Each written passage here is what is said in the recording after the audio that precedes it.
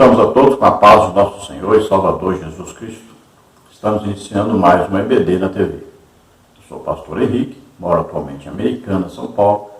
Antes morava em Imperatriz, Maranhão. Se você deseja nos convidar para estarmos aí, entre em contato conosco. Meu e-mail henriquelhas@hotmail.com. Meu telefone é o mesmo, DDD de Maranhão, 99, o telefone 99152-0454. O telefone da minha esposa, irmã Edna, DDD de Americana, 19, telefone 98448-2187. Se você deseja nos ajudar, já tenho mais de 5 anos desempregado, e você pode enviar qualquer quantia. Aí temos a conta na Caixa Econômica, temos aí no Bradesco e temos aqui no Banco do Brasil, em nome da minha esposa, Edna Maria Cruz Silva. Meu Pix, você vê aí, é o meu CPF, 331-957-81620. Nós estamos estudando as revistas da CPAD deste trimestre, o tema, o Apóstolo Paulo, lições da vida e ministério do apóstolo dos gentios para a Igreja de Cristo.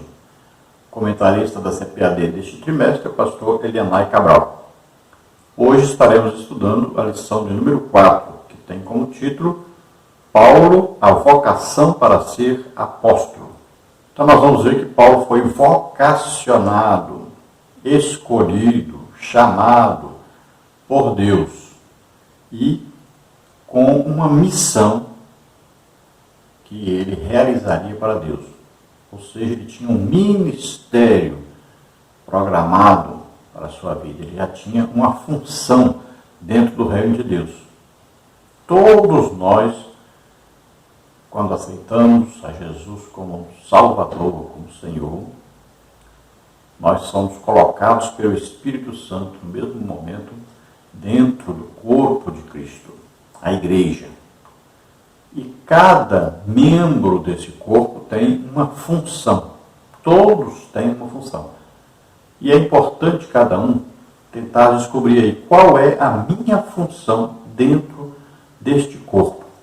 É muito interessante isso, porque se você consegue descobrir qual é a sua função,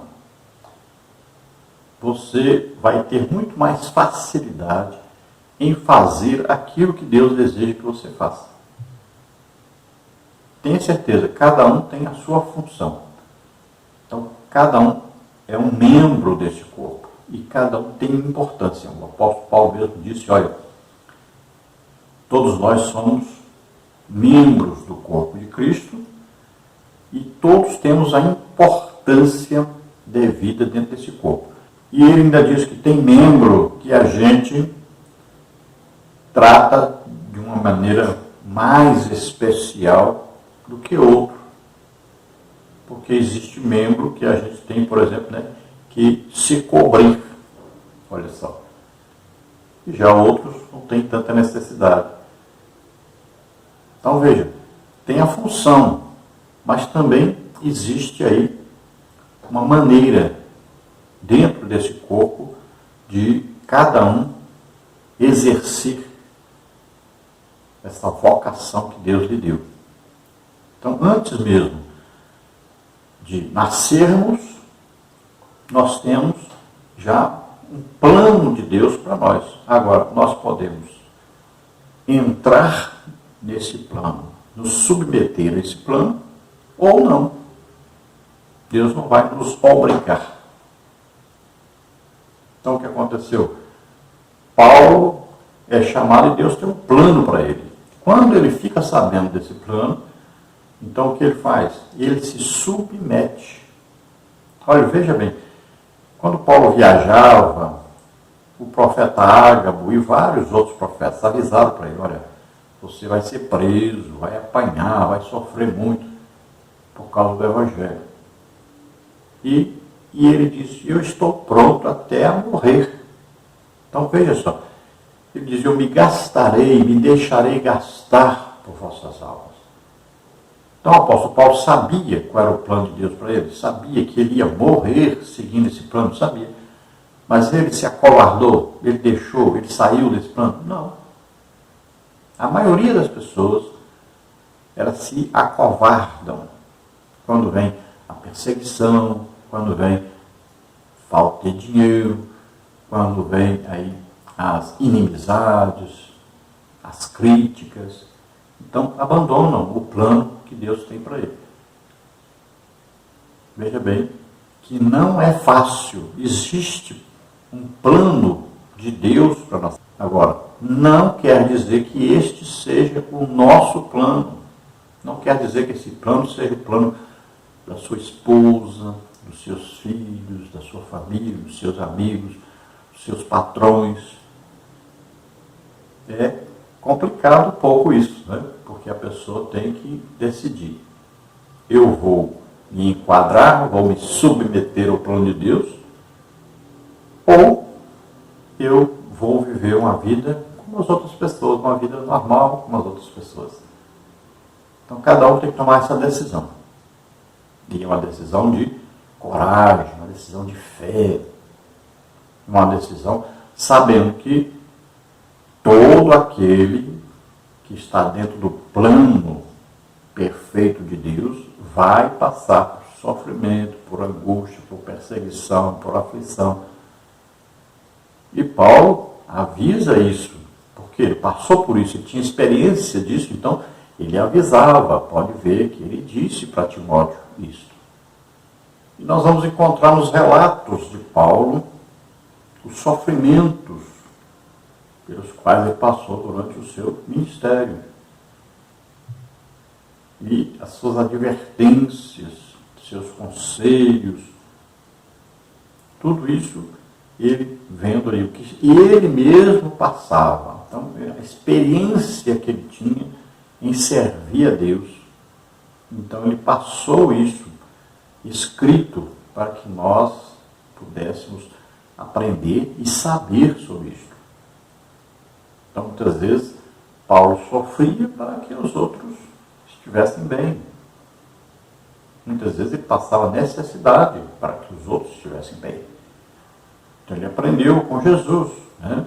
Se Jesus deu a vida por nós, o que custa nós darmos a vida pelos irmãos? Então Paulo era um imitador de Cristo. Então, ele sofria pelos outros. Tudo ele fazia para que os outros estivessem bem. Isto é o amor de Deus. É dar a vida pelos outros. Veja que Paulo pergunta: o que vai me separar de Cristo? Nós devemos ver. O que será capaz? Satanás tentará de tudo para nos separar de Cristo. Quais as coisas que ele vai usar? Então Paulo diz, olha, a tribulação, a angústia, a perseguição, a fome, a nudez, o perigo, ou a espada. Então ele cita aí os testes pelos quais nós vamos passar, se quisermos seguir realmente a Cristo. Então nessa lição nós vamos estudar alguma coisa aí dentro, então, da vocação de Paulo, do chamado de Paulo, do ministério de Paulo. E tudo isso nós vamos ver que Deus já tinha programado para ele. Veja bem, Deus enxerga o futuro antes de nós. Então, Deus viu que Paulo se converteria, viu que Paulo aceitaria o plano de Deus na vida dele, pelas tribulações que ele iria passar. Tudo, Deus viu a vida de Paulo. Então, e Deus pode falar antes de nós sabermos o que vai acontecer, porque ele já vê o futuro. Para ele não existe passado, presente e futuro. Para ele tudo é presente. Então ele vê o dia que eu nasci e o dia que eu morri. Eu não morri ainda, mas ele já viu. Então ele enxerga o futuro. Não é? Então a presciência é saber uma coisa que acontecerá ainda, mas Deus já sabe. Para ele é presente. Então ele viu Paulo, a vida de Paulo, tudo porque ele ia passar. Então, ele já coloca no coração de Paulo. Olha bem, que coisa interessante. Às vezes você sente vontade de fazer um curso de inglês. Ah, mas eu não vou fazer, não faz e pronto. Mais tarde, Deus quer te usar no ministério e você vai precisar saber falar inglês. Mas você não fez o curso. Quem te deu essa vontade de aprender a falar inglês? Foi Deus, sabendo que no futuro você ia precisar. Porque você ia fazer aquilo que Ele queria que você fizesse. Olha só que coisa interessante. Então, durante a nossa vida, Deus vai nos preparando. Agora, o Espírito Santo vai nos dando aí, ideias, chances, oportunidades de nós fazermos alguma coisa que vai servir para nós no ministério futuro. Então, a experiência que vamos adquirindo vai servir. Por que Paulo estudou aos pés de Gamaliel? Para conhecer profundamente a lei, os sacrifícios, a aliança. Por que isso? Porque no ministério, Paulo precisaria de tudo isso. Para escrever as cartas, né? Nós acreditamos, por exemplo, que Hebreus foi ele. Então, veja só, ele precisaria de todo esse conhecimento. E se ele não tivesse estudado aos pés de Gamaliel?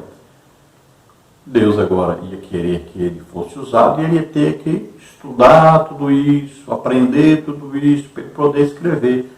Mas não, agora ele já tinha essa experiência. Então, quando ele vai escrever, ele tem facilidade. O Espírito Santo pode usá-lo muito melhor, muito mais fácil. Então, olha só, nós devemos ser de fácil manejo, né?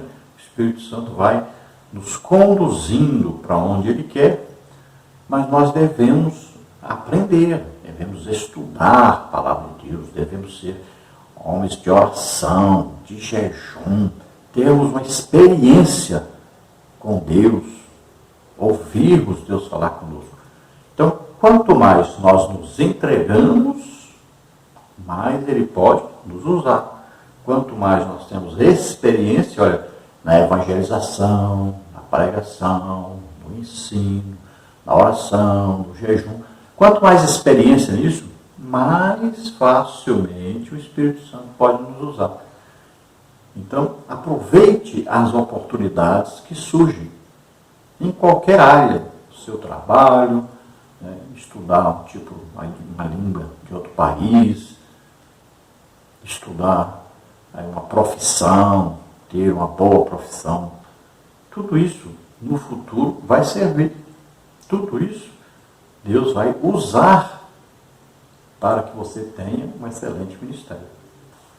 Então nós vamos ver nesta lição 4, Paulo, a vocação para ser apóstolo. Vamos ver aí no tópico 1, o ponto de partida para a vocação de Paulo. Vamos ver no subtópico 1, chamada e presciência divina. Subtópico 2, o ministério na plenitude do Espírito. Subtópico 3, Deus mudou o nome de Saulo para Paulo.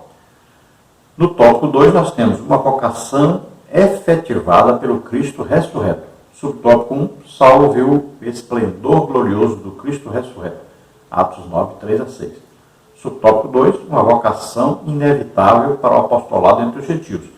Subtópico 3, a vocação mudou o rumo da vida de Saulo. Tópico 3, vocação de Paulo e o aprendizado no deserto. Subtópico 1, a ida para o deserto. Subtópico 2, as lições do deserto. Subtópico 3, mais lições do deserto. Então, todos esses assuntos nós vamos estudar aí nessa lição. É evidente que o tempo nosso é muito curto para tanta coisa. O principal que você deve fazer neste trimestre é estudar pelo menos o livro de Atos dos Apóstolos. Dá para ler pelo menos aí umas 3 vezes para você se situar dentro das lições. Vamos então ao textual da lição. Paulo, chamado pela vontade de Deus para ser apóstolo de Jesus Cristo. 1 Coríntios, capítulo 1, versículo 1. Então veja que o chamado de Paulo para ser apóstolo é um chamado de Deus, é um desígnio de Deus, é uma escolha de Deus. O que você vai fazer, Paulo, dentro do corpo de Cristo, do reino de Deus na terra? Qual a sua função? Você vai ser apóstolo, ou seja, você vai ser um enviado para quê? Para abrir igrejas. Olha só. Qual a função dele? Ele ia pregar o Evangelho, ganhar as almas, estabelecer igrejas e dali colocava alguém para dirigir aquela igreja e vai embora para outro lugar, abrir outra igreja. Esse é o trabalho de um apóstolo. Agora, ele depois vai o quê? Vai coordenar, né? Vai visitar, vai escrever cartas, vai coordenar o trabalho. Ele vai passar depois visitando essas igrejas, ver aí como é que estava funcionando, orientar. Então, é um trabalho de um apóstolo. Veja bem. É um trabalho específico. Não era para Paulo ficar dirigindo uma igreja, ficar parado num lugar a vida toda. Não. Esse não é trabalho de apóstolo. Aí, é trabalho de pastor. Então, veja bem. Ele foi chamado para ser apóstolo. Os apóstolos em Jerusalém tiveram esse problema. Foram chamados para ser apóstolos, para pregar por toda a parte. O que eles fizeram? Ficaram em Jerusalém. O único que a gente vê que saiu mais foi Pedro, né? E mais também João deu uma saída. Mas os outros nós não temos escrito alguma coisa detalhada sobre o que eles fizeram. Mas parece que eles permaneceram em Jerusalém. E isso atrapalhou o chamado deles, que era para ser apóstolo, era para sair, abrir igreja, pregando o evangelho por toda parte. A verdade prática. Deus chama pessoas para realizar grandes feitos no reino divino. Então veja que é um chamado específico de Deus e ele tem em vista uma obra a ser realizada. Deus vê lá de cima toda a obra sendo realizada na terra. Então vê todos os crentes, cada um fazendo uma coisa. Mas existe o que? A grande maioria dos crentes que não fazem praticamente nada no reino de Deus. O máximo que eles fazem é ir à igreja aí no domingo, né? E não ganham almas, não evangelizam, não fazem nada para Deus. Nem mesmo orar e interceder pelos povos, pelas nações, pelas pessoas, pela liderança. Nem isso. Muitos nem isso falam. Então veja, é preciso que cada um descubra a sua função dentro desse reino e coloque em prática essa função. Então todos precisam estar ocupados fazendo alguma coisa. Então muitas vezes Deus tem um grande plano aí dentro da vida de um crente, mas ele nunca chega a estar lá para fazer isso que Deus designou para ele fazer. Porque não se entrega, não deseja. Veja só. Então é preciso se submeter. E é preciso se colocar à disposição de Deus para fazer a obra de Deus. Vamos ver a leitura bíblica em classe, que está em Atos 9, de 15 a 22, e Gálatas 1, de 11 a 18. Diz assim, Atos 9. Disse-lhe, porém, o Senhor, vai, porque este é para mim um vaso escolhido para levar o meu nome diante dos gentios e dos reis e dos filhos de Israel. E eu lhe mostrarei quanto deve padecer pelo meu nome. E Ananias foi e entrou na casa, e impondo-lhe as mãos, disse, irmão Saulo, o Senhor Jesus, que te apareceu no caminho por onde vinhas, me enviou para que tornes a ver e sejas cheio do Espírito Santo. E logo lhe caíram dos olhos como que umas escamas, e recuperou a vista, e levantando-se foi batizado. E tendo comido, ficou confortado, e esteve Saulo alguns dias com os discípulos que estavam em Damasco. E logo, nas sinagogas, pregava a Jesus que este era o Filho de Deus. Todos os que o ouviam estavam atônitos e diziam, não é este o que em Jerusalém perseguia os que invocavam este nome? E para isso veio aqui, para os levar presos aos principais dos sacerdotes? Saulo, porém, se esforçava muito mais e confundia os judeus que habitavam em Damasco, provando que aquele era o Cristo. Gálatas 1, 11 agora. Mas faço-vos saber, irmãos, que o evangelho que por mim foi anunciado não é segundo os homens, porque não o recebi de homem algum, mas pela revelação de Jesus Cristo. Porque já ouvistes qual foi antigamente a minha conduta no judaísmo, como sobremaneira persegui a igreja de Deus e a assolava. E na minha nação excedia em judaísmo a muitos da minha idade, sendo extremamente zeloso das tradições de meus pais. Mas quando aprove a Deus que desde o ventre da minha mãe me separou e me chamou pela sua graça, revelar seu Filho em mim, para que eu pregasse entre os gentios, não consultei carne nem sangue, nem tornei a Jerusalém a ter com os que já antes de mim eram apóstolos, mas parti para a Arábia e voltei outra vez a Damasco. Depois, passados 3 anos, fui a Jerusalém para ver a Pedro e fiquei com ele 15 dias. Então vamos estudar isso aí mais detalhadamente aí durante os próximos 2 vídeos. Este é o primeiro vídeo que nós fazemos 3 partes, depois juntamos tudo na quinta-feira, fazemos um vídeo só. Então, esta é a primeira parte. Lembrando que todos os slides, figuras aí ilustrativas que nós usamos aqui estão aí no nosso blog, você entra e pega gratuitamente. Também a lição escrita, que é bem mais detalhada, tem muita coisa para você ler lá e aprender sobre a lição, está aí também no nosso blog e no nosso site.